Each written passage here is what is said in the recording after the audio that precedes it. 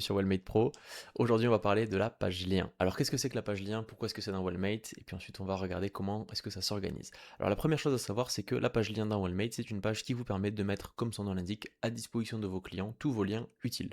Pourquoi est-ce qu'on fait ça? Parce qu'on pense que c'est important que du côté de vos clients, il n'y ait qu'un seul point d'entrée. C'est-à-dire que vous les coachez sur Wellmate, et puis depuis Wellmate, ils peuvent retrouver toutes vos ressources, tous vos liens utiles, etc. etc. Et donc l'idée, c'est que vos clients téléchargent Wellmate, ils se connectent à vous, et puis derrière, depuis Wellmate directement, ils peuvent avoir accès à tous les autres outils que vous pouvez mettre en place si jamais vous avez d'autres outils. Et donc les liens de ces autres outils sont disponibles directement depuis Wellmate. Alors le fonctionnement, il est simple. Pour les mettre en place, ces liens, on va aller sur lien partagé juste ici. Et ensuite, on va se retrouver donc sur une page à la conception plutôt simple et efficace. L'idée, c'est qu'on va pouvoir venir organiser, un peu comme sur un Linktree, tous nos liens. On va pouvoir créer donc dans un premier temps des catégories. Et puis, à l'intérieur de ces catégories, on va pouvoir créer donc des liens spécifiques qui vont envoyer vers nos liens qui nous sont propres. Alors, on peut créer par exemple des catégories réseaux sociaux, les liens utiles qu'on va avoir au quotidien, des ressources qu'on veut partager auprès de nos clients, des drives éventuellement si vous avez des drives à disposition, des questionnaires si jamais vous voulez leur poser des questions, etc. etc.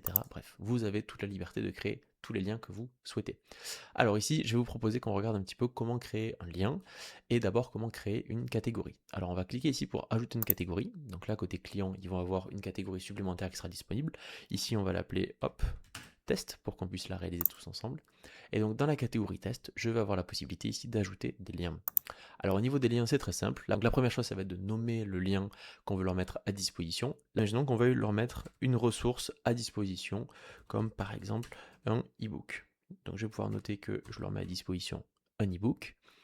Ici, je vais pouvoir mettre le lien de mon ebook. Donc, par exemple, imaginons qu'on veuille leur mettre un lien canva.com pour qu'ils puissent accéder directement à l'ebook ou alors un lien PDF, etc., etc.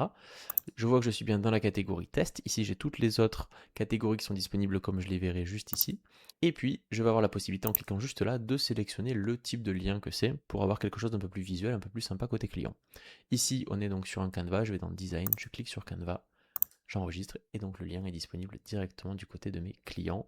De leur côté, ils ont une page avec tous les liens à leur disposition pour pouvoir se balader dans mes ressources.